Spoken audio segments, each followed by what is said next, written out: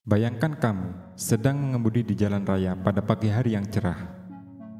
Semua berjalan lancar, tanpa baik-baik saja. Cuaca mendukung, musik favoritmu mengalun dengan merdu, dan perjalanan terasa begitu menyenangkan. Namun, di tengah perjalanan, tiba-tiba ada sebuah mobil dari arah lain memotong jalurmu dengan begitu kasar.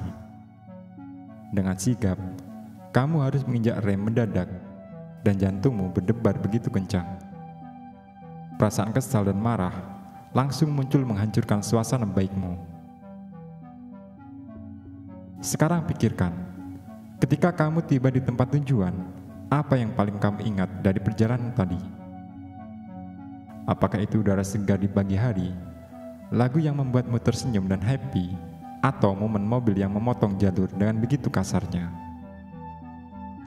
Kemungkinan besar, insiden buruk itulah yang paling menonjol di benakmu. Mengapa kita seperti ini? Mengapa satu pengalaman negatif mampu mengalahkan puluhan momen positif? Apakah ini hanya kebiasaan buruk, ataukah ada alasan psikologi di baliknya? Hari ini, kita akan membongkar misteri ini. Kita akan melihat bagaimana otak kita dirancang untuk menangkap keburukan, apa dampaknya pada diri kita, dan bagaimana kita bisa melawannya untuk hidup yang lebih bahagia dan damai. Dalam psikologi evolusi, otak manusia dirancang untuk bertahan hidup, bukan untuk merasa bahagia.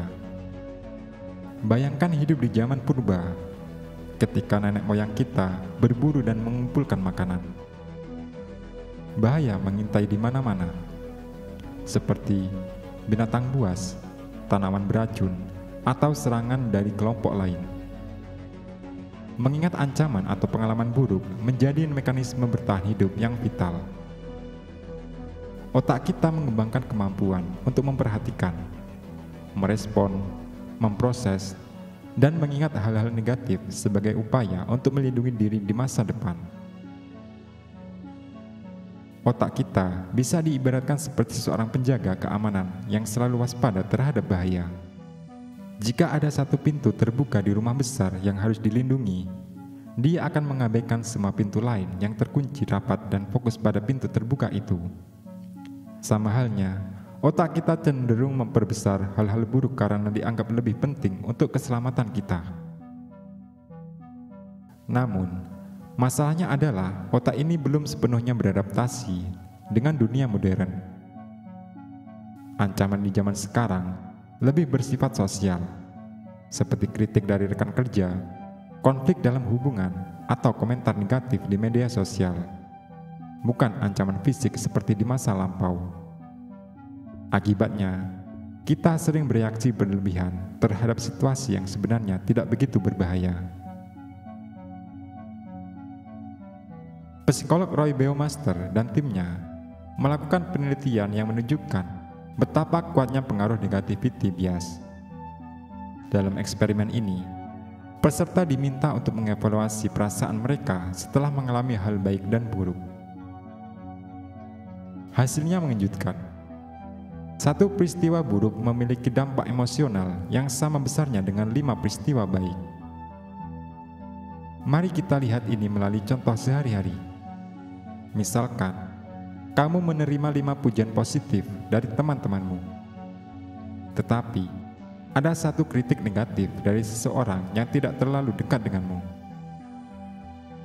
Menurutmu, apa yang akan kamu pikirkan sepanjang hari? Kemungkinan terbesarnya adalah kamu akan terjebak pada satu kritik negatif itu, merenungkannya, dan bahkan merasa terluka. Hal ini menunjukkan bagaimana otak kita memprioritaskan satu pengalaman negatif di atas puluhan pengalaman positif. Untuk memperjelas, bayangkan ada tinta hitam di atas kertas putih.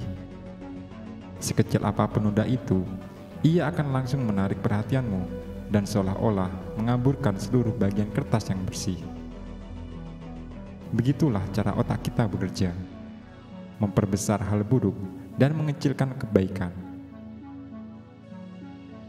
Marcus Aurelius, seorang filsuf Stoik, pernah berkata, Kita tidak tersakiti oleh peristiwa, tetapi oleh penilaian kita tentangnya. Filosofi ini mengajarkan bahwa kita memiliki kendali atas cara kita merespon pikiran negatif. Stoikisme mendorong kita untuk memandang hal buruk dengan perspektif yang lebih luas dan objektif. Coba bayangkan hidupmu sebagai sebuah sungai yang besar.